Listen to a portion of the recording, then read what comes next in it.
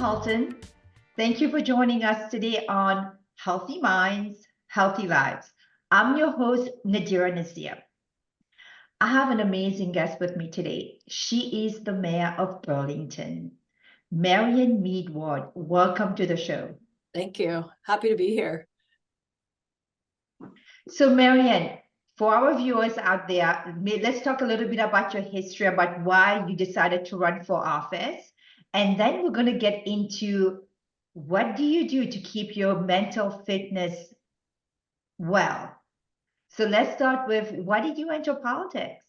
So I grew up being a reader and a writer. I was not very extroverted. I know people who know me now find that hard to believe, but I preferred the company of my books to people when I was growing up. And so I learned a love of language and writing. And so when it came time after high school to figure out what came next, I went into journalism, and I happened to be living in Ottawa at the time, and they have one of the best programs in the country. Of course, I think it's the best at Carleton. So I got my Bachelor of Journalism and went into that for the better part of 20 years. I started in print, I morphed into radio and television, and eventually had my own column. I was a regular panelist on many television shows, radio shows, and had my own commentary on TV. And so it allowed me to use my voice to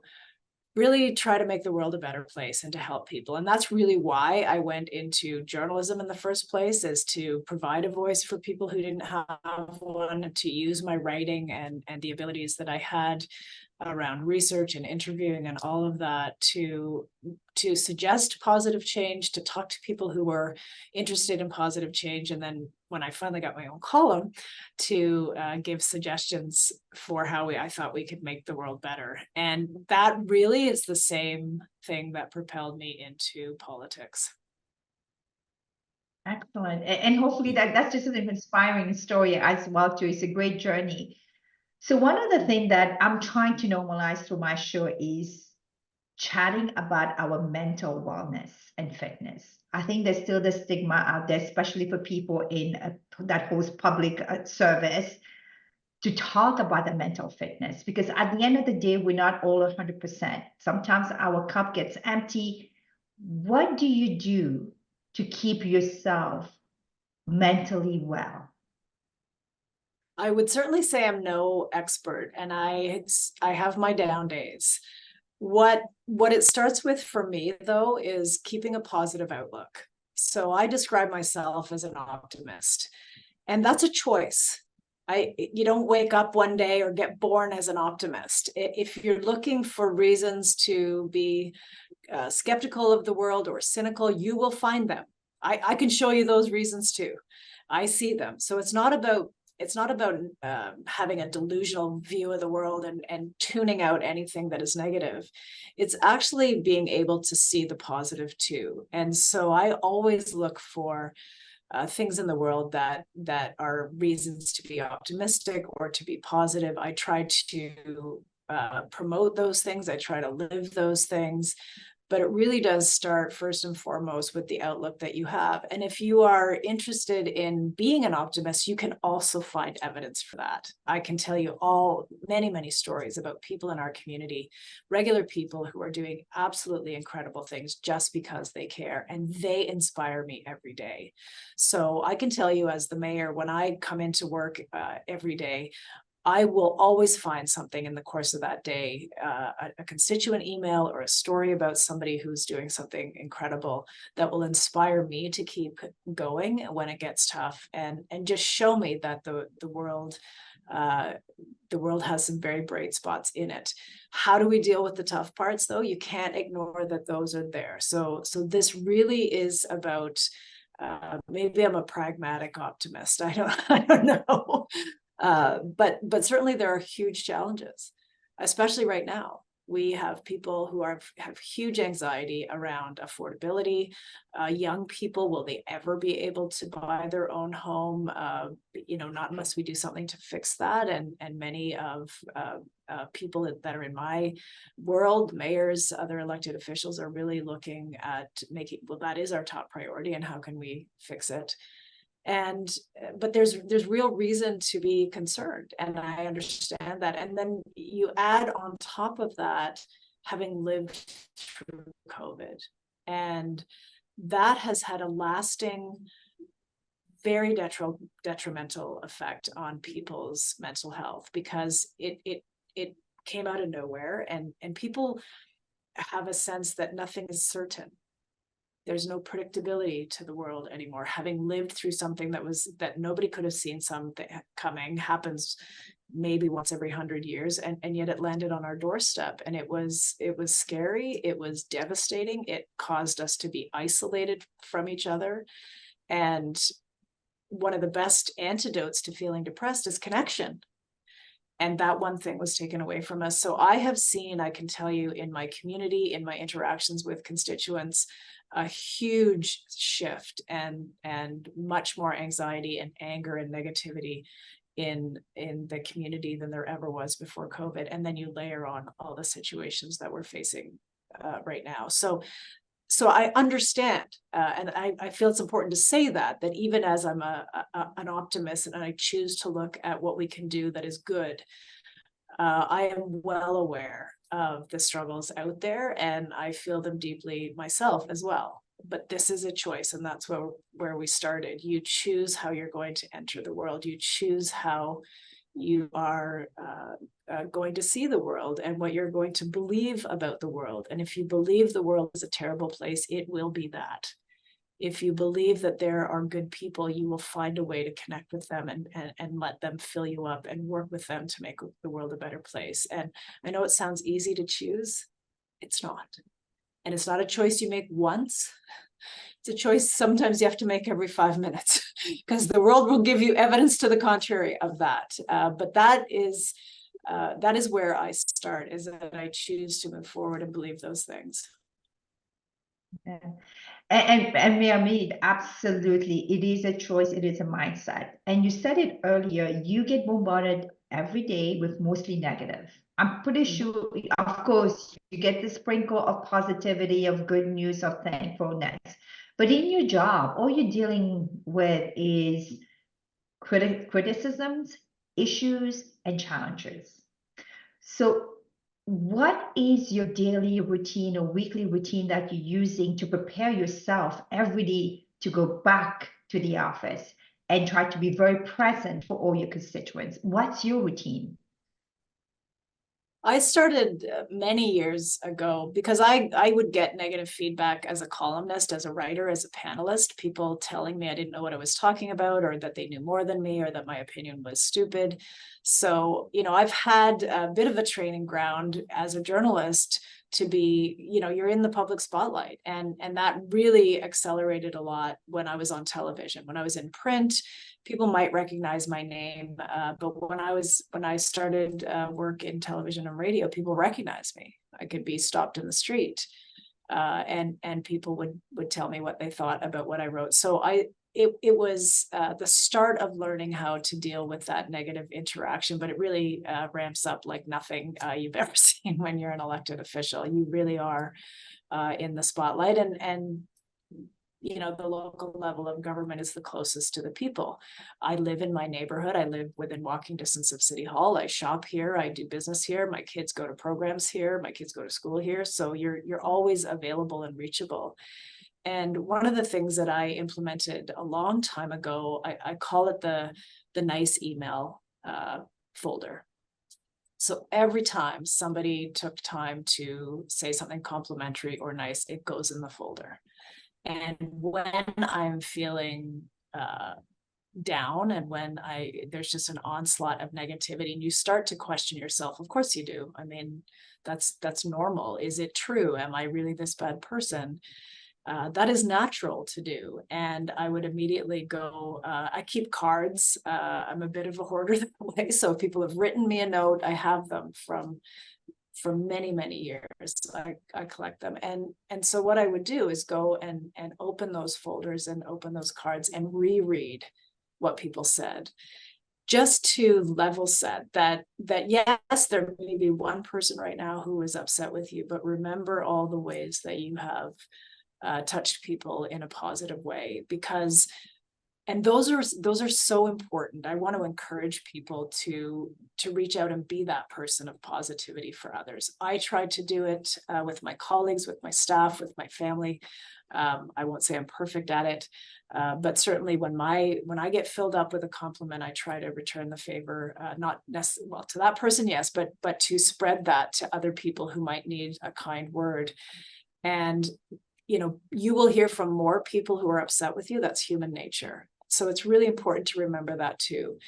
It's a rare person that will reach out to say something kind to you, but that's probably more representative of how people feel. But if you just look at the volume of input that you're getting and that it's mostly negative and think that that's how people feel, that isn't how people feel. And so I try to, again, create that practical reality, pragmatic reality, and fill myself up with those kind words. And part of it is about believing in yourself too. That is a really important part, knowing who you are, what you bring, so you can weed out what criticism is fair that you can learn from and maybe be better, and what is completely off base. And you can just put that over in the "that's not true" file. I know myself better, and I don't have to pay attention to that. Yeah, you need to almost be able to disassociate yourself and not taking personally, because oftentimes when somebody is upset, is angry, it may not have nothing to do about you. You just have to be with what they're going through in their experience. I think that when you use compassion to be able to understand what that person is coming from, and that's when it becomes important to understand what kind of ecosystem, Marianne Meed, Ward, have you surrounded yourself with that will help you be your best every day? What does your ecosystem look like? Mine is small but mighty, I will say. And it starts with my husband. We've been married for 30 years now, and I've known him since I was 15 or 16. We were in the same church youth group. We didn't start dating when I was that age, but we've been together a very long time. And I will say he's my biggest supporter. He's my sounding board. He's the person I vent to. He's my shoulder to cry on.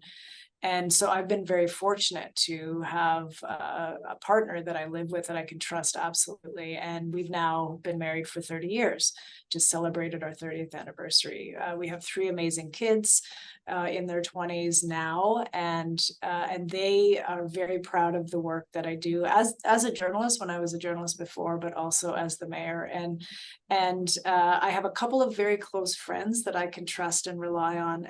But that's about as far as it goes, and that's partly who I am. I'm partly introverted and extroverted. I don't have a huge wide circle of trusted friends, but I have a couple of really close people that I can trust, and so they will gently advise me when they need to, but they're kind, they're compassionate, they're people that I can trust, and I can trust their counsel. And that is really the element of, if you have a lot of people in your life that can do that for you, you're very lucky. I have a very small number of people, but they I couldn't do it without them. I absolutely couldn't do it without them. Well, congratulations on 30 years. That in itself is a huge accomplishment nowadays. It is. Yes. So what does your me time look like? If you have some time on your own, how do you like to spend it so that you can continue filling up your cup? There's a couple of things that I really like to do, and some I can fit in a little more easily than others. I love the outdoors. I've always been, and that I got that from my family. We used to hike and camp, and so I love being outside. And one of my most peaceful times, and when I would get really stressed, go to one of the many conservation areas or parks or trails that are within, 10-15 minutes of downtown Burlington. And it's one of the reasons that our family chose, well, my husband and I, when we were starting our family, chose to live in Burlington. We don't have family here. We just loved being near the water, being near the escarpment, and being able to get out of town in less than 10 minutes and get to some of those spectacular forested areas and trails and escarpment. And so that's one of the things that I've always done is get in the car and go to one of those places or walk. We're within walking distance of the water, and it's very restorative. And, I won't be the first person or the only person to say how restorative being in nature is, but it's very true. Being outside, being in the sunshine, all of that is really important to do. Exercise when I can get to it is always a good thing.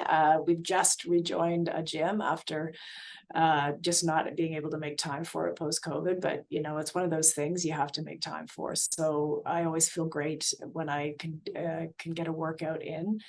I like to spend time with family and friends, cooking, socializing with them. That fills up my bucket with those trusted circle of people that I can let my hair down a little with and really kind of not be the mayor. I look for those opportunities to be with people that just see me as Marianne. And that's really restorative. So those are, there's lots more, but those are just some of the things that I enjoy that fill up my bucket. Yeah, and that is so important. You said it. People need to see you as Marianne. At the end of the day, you're all human doing extraordinary work and making very, very tough decisions. Because as a leader, sometimes you have to make very tough decisions, and it does have an emotional and mental impact on you. So, how do you deal with those circumstances? You really have to know who you are and why you're doing what you're doing. To be able, we talked about this a little early, but to be able to distill what is legitimate criticism or legitimate feedback that you need to pay attention to that will make you a better person, a better mayor, a better whatever, versus what is really offside and not informed, not accurate, just mean-spirited, and really says more about the individual saying it than it does about you. And it's really hard to be able to distill those things. And I know why I'm in this role. I'm here because I want to serve the community, and I want to make the community a better place and use the skills that I have to that end.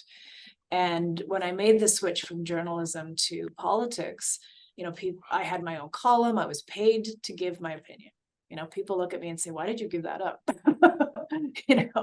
I wasn't responsible for the decisions being made. That was somebody else. I was just responsible to give my advice. And so you're not responsible or accountable, and you're accountable for your words, but you have no skin in the game on the outcome. And I thought, you know what? I actually want to be the decision maker. I want to be the one to be able to put policy on the floor and put my hand in the air and to try to rally people to support this, and use my skills of persuasion in that way to actually have an outcome. And so I left journalism. I left that wonderful gig to actually do a much harder job, I would say, because you're accountable every day. And especially as the mayor, and I was a 2-term councillor before I became the mayor. So I know that there's a huge difference between the accountability on the shoulders of a council member and the mayor. You are responsible for everything good and everything not good in the city. And I accept those terms. It's a challenge, but once you accept that, you can turn your mind to doing everything that you can to use the tools at your disposal to make the city a better place. And, one of the things that really truly does fill my bucket is I can look back. I've been in elected office now for 13 years. I can look back and say, this good thing wouldn't have happened if I hadn't been around the table to bring emotion or persuade people or to rally people towards something. And you never do it alone. So it's not, I did this, it's, I worked with others to achieve this, and I can see those successes. And so that really does fill my bucket when I look back, and it gives me the strength to keep going, because it, the world that we live in is getting more complicated. It's getting more serious challenges, and there's huge issues ahead of us that we need to solve, and they're not easy to solve, and it can be daunting and it can be intimidating, but that's what keeps me going, that if we just keep trying with intention to make things better, we'll eventually figure it out.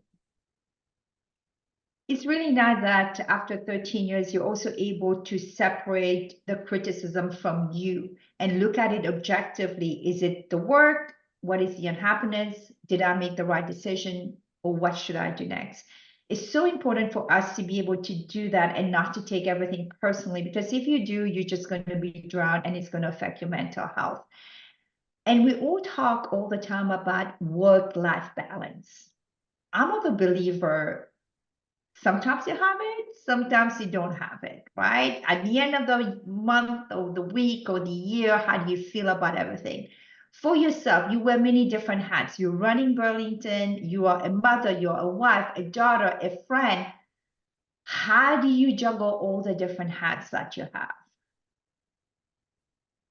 Not very well, I will say. So I like the honesty. I like the yeah, I am not the poster child for good work-life balance. I love my job. I love what I do, and the risk is that if you don't actually set some pretty clear parameters, it can consume you. Everybody will want a piece of you and want to tell you what things should happen. They want you to, they want to meet with you. They want you to come to their event, and you simply cannot do everything. Even if you had 24-hour days to do it, you can't. And you do need to leave time for other things, because that creates a balance. You're better at your job. And that's where eventually, an awareness that I had to come to is that I will be better at the work that I do. I will be better for my family if I bring some more balance into this. And so I did it more for other people, I have to say, than for my own self. And I'm not saying that's the right approach. I would encourage people to do it because you're important. But that's not the path that got me there. And so I've had to learn how to say no. And no can be one of the best things you can say to people and to situations, and to start being more strategic. And I can tell you, when I started as a council member, and it's brand new and you're saying yes to everything, and you're just, everybody will want you to do something for them, and that's perfectly understandable. But if you don't watch for that, 4 years of a term will go by and you are simply reacting to what other people have put in front of you. And then times that by 100 when you become the mayor. And last term I was a new mayor, and it's a world of difference being the mayor than a councillor, because of what I described earlier, that you are the head of the city, you are the spokesperson of council, you are the leader of the city, and you have some pretty fancy titles in the Municipal Act as well. So lots of responsibility on the mayor that isn't there for a council member.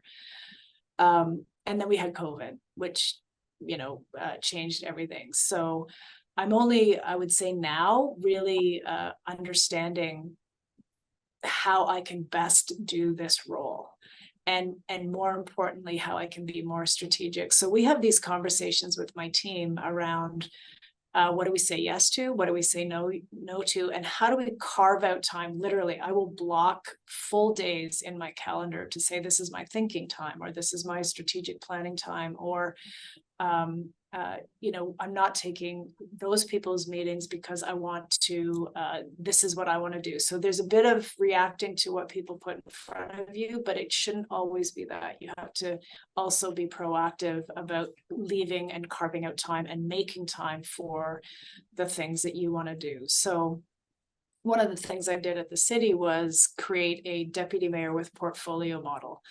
That's not been done in the municipal sector. You see that in the federal and provincial government with ministers of various subject areas, the environment, housing, what have you. That's not been done at the municipal level. But what I wanted to do is be able to share the leadership, be collaborative, but also have a completely different governance model that didn't rest solely on one person. That has worked really well. And With respect to my family, that work-life balance on the family side, they have seen a difference where I'm home more because I share those invitations. I don't do it all. I don't try to do it all. I will promote something without having to be physically present. And so I am more available and more home with my family, which I think actually makes me a better mayor at the end of the day, but it certainly makes me a better wife and mom and friend when I have time, and I will block time for them too. And so it's really about being in charge of your own calendar, because your time is where you spend your time is what is important to you. Absolutely. And I could see we have probably around 2 minutes left. And if you, in 1 minute, if you can give your top 3 advice for all the superwomen out there and how not to feel guilty. Yes. And what they should be focusing on. So your top 3 advice in 1 minute. Start with a positive mindset, an optimistic outlook. Find people that support you and that you can trust. And it doesn't have to be a lot, but hopefully you can find some people that you can trust, and take time for yourself. Don't just react to what other people want from you. Figure out what you want and make time for that. Yeah. And at the end of the day, ladies, it's okay to feel guilty, because a friend of mine told me a long time ago, she was the VP of an IT company. She goes, Nadirah, as a mother, as a woman, we always feel guilty for one thing or another. So forget about feeling guilty. Do the best that you can and take care of yourself. Then you will be the best version of yourself with others. Absolutely. So I want to say thank you so much for coming on the show. I appreciate it. I feel like the 27 minutes went by so fast, and we can continue talking. Definitely will want maybe to have you back on the show again to discuss some maybe different things that you're doing, maybe some organization that people can reach out to. I know we can put at the end of the show here where people can go for support and help when it comes to mental health. We'll provide you as well that information. So may I thank you for making the time today for coming. Thank you, Nadirah. And this is a very important conversation that affects us all. Even if people don't think it does, it affects everybody. Even if it looks like we're succeeding, we all have the same challenges. So always remember, Superwoman needs to take care of their mental health as well too. So on that note, I want to say thank you so much for joining us today. Absolutely appreciate sharing information regarding mental wellness and fitness. Until then, I want to say stay positive and start believing.